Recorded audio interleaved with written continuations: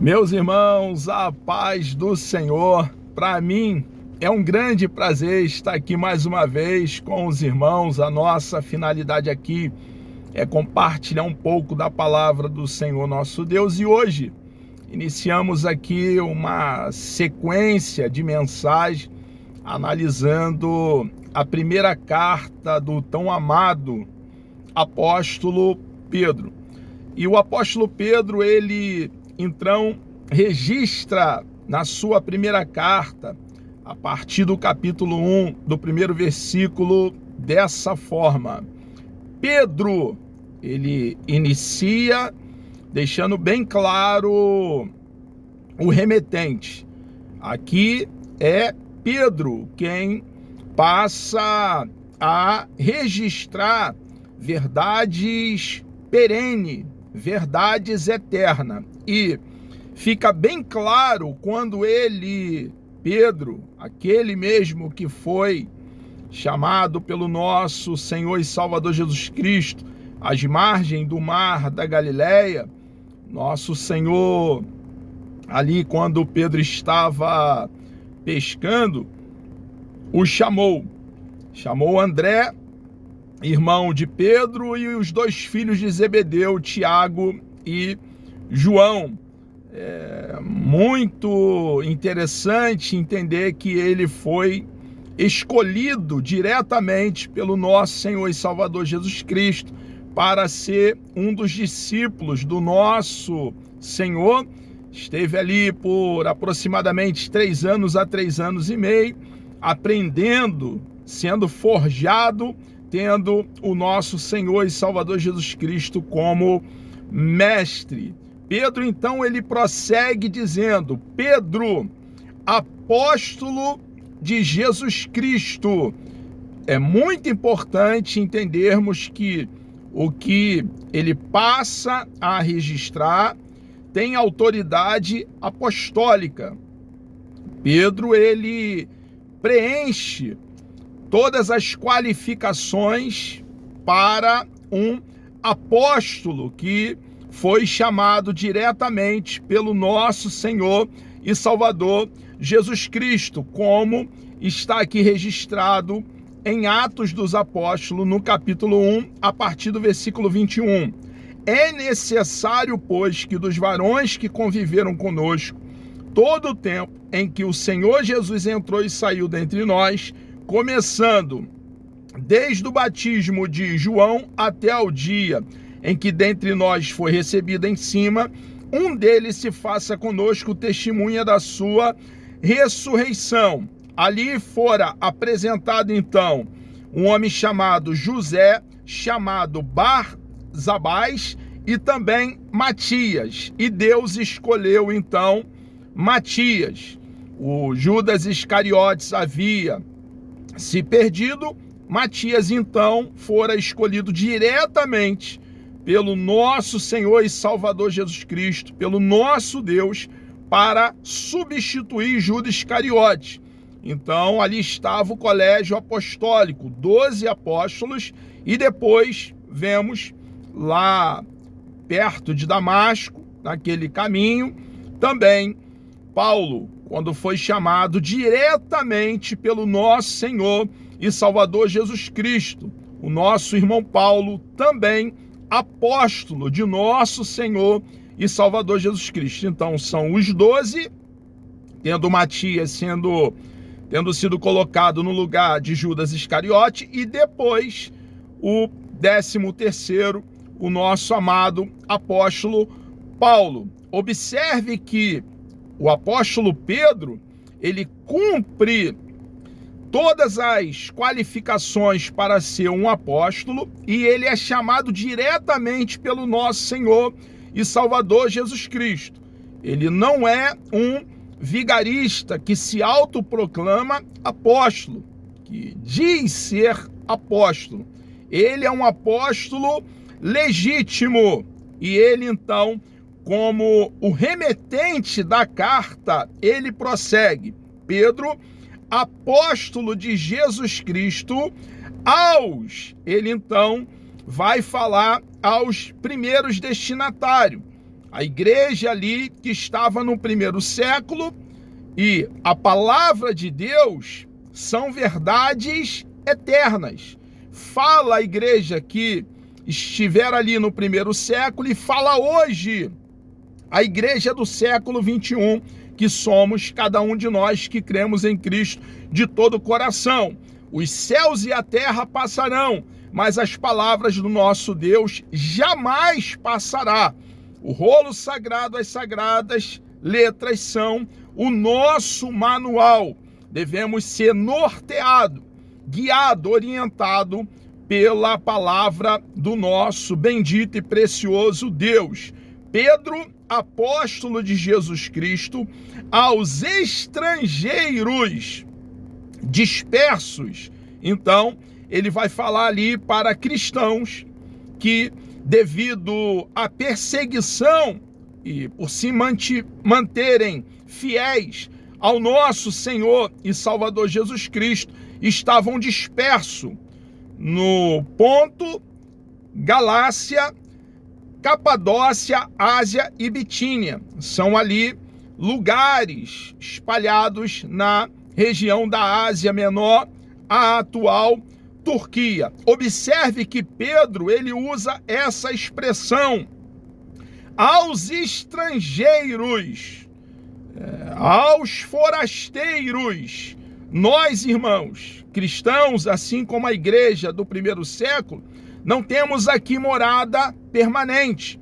O nosso visto é temporário. Estamos aqui em peregrinação como forasteiro no planeta Terra para cumprir a missão de proclamar com arauto o plano bendito de salvação, o Evangelho. O Evangelho fala de nosso Senhor e Salvador Jesus Cristo e de sua obra. Ele morreu uma morte vicária em lugar de outrem, em teu lugar, em meu lugar. Ele satisfez, o nosso Senhor e Salvador Jesus Cristo satisfez a justiça de Deus. Ele quitou a dívida que tínhamos com Deus Pai. Ele fez propiciação por cada um de nós que cremos nele de todo o coração. Tornou Deus favorável a nós. E quando cremos em Jesus de todo o coração, ele nos justifica. A justiça de Cristo nos é imputada e só dessa maneira desfrutamos então de paz com Deus. Jesus, lá naquele madeiro, e quando eu falo madeiro, eu estou falando cruz, aquela pequena colina chamada Gólgota. Ele foi o nosso representante, ele foi o nosso fiador, ele foi o nosso substituto, o eterno Filho de Deus. Ali, ele comprou, adquiriu para cada um de nós que cremos nele de todo o coração, vida eterna. Ele nos reconciliou com Deus Pai. A promessa que Deus fizera depois da queda do nosso papai Adão e da nossa mamãe Eva, de enviar um da semente da mulher que estaria ferindo a cabeça da serpente. Ali está a promessa de um resgatador. Em Gênesis 3,15 está a promessa de um remidor, de um salvador. E na plenitude dos tempos, no primeiro século, veio então o Cordeiro de Deus que tira o pecado do mundo, como afirmou o tão amado profeta João Batista, e Jesus então veio para nos salvar, nos resgatar do mercado de escravo o qual nós nos encontrávamos. A oportunidade de salvação é dada a todos. O evangelho então precisa ser anunciado, pregado pelos forasteiros, que Pedro endereça a carta ali no primeiro século, e os forasteiros hoje do século 21. Observe que os apóstolos de nosso Senhor e Salvador Jesus Cristo cumpriram a missão. foram forjados, preparados por 3 anos a 3 anos e meio, pelo nosso Senhor e Salvador Jesus Cristo, e se puseram a pregar o plano bendito de salvação. Hoje, meu irmão, minha irmã, o bastão está em nossas mãos. Precisamos anunciar que vida eterna, salvação, comunhão com Deus, intimidade com Deus, relacionamento com Deus, estar em sintonia com Deus, só é possível por intermédio da única porta, do único caminho, que é o nosso Senhor e Salvador Jesus Cristo. Então, nós aqui estamos, irmãos, em uma viagem. Cada um de nós fomos alcançado, ferido pelo Evangelho, a mensagem que dá vida a mortos. Passamos pelo ato da regeneração. Fomos inseridos ao corpo de Cristo, adentramos em um processo de santificação. Fomos justificados. A justiça de Cristo nos foi imputada, como eu já aludi anteriormente. E fomos alcançados para alcançar outras vidas. A tempo e fora de tempo, precisamos então pregar, disseminar, difundir, espalhar o plano bendito de salvação, as boas novas do reino, de forma genuína, não adulterada. Pedro, então, aqui está falando para forasteiros e peregrinos em terra estranha. E nós, cristãos, hoje, no século 21, somos estes que aqui estamos passando por aqui. Mas a nossa cidade é a eternidade, o céu, cujo arquiteto foi o nosso Senhor e Salvador Jesus Cristo. Está tudo pronto. A Bíblia deixa bem claro que está tudo preparado. E Deus, o próprio Deus, aquele que proveu eterna salvação para cada um de nós que cremos em nosso Senhor e Salvador Jesus Cristo, Ele é a nossa herança, Ele é a nossa porção, o nosso quinhão, Ele mesmo é o nosso galardão. Os peregrinos e forasteiros estão em marcha para os braços daquele que proveu reconciliação com Ele mesmo, através de nosso Senhor e Salvador Jesus Cristo. Amados, chegamos aqui ao término dessa análise do primeiro versículo do capítulo 1 dessa carta tão rica, tão consistente do nosso apóstolo Pedro, querendo o nosso amado e bondoso Deus, Deus me dando vida. Até lá, continuaremos no segmento a partir do versículo 2 do primeiro capítulo. Que Deus vos dê um dia extremamente abençoado e produtivo. Vamos orar? Deus amado, nós louvamos e engrandecemos o teu nome. Obrigado por essa grande oportunidade que o Senhor nos concede de estarmos aqui, ó Deus, compartilhando da tua bendita e preciosa palavra.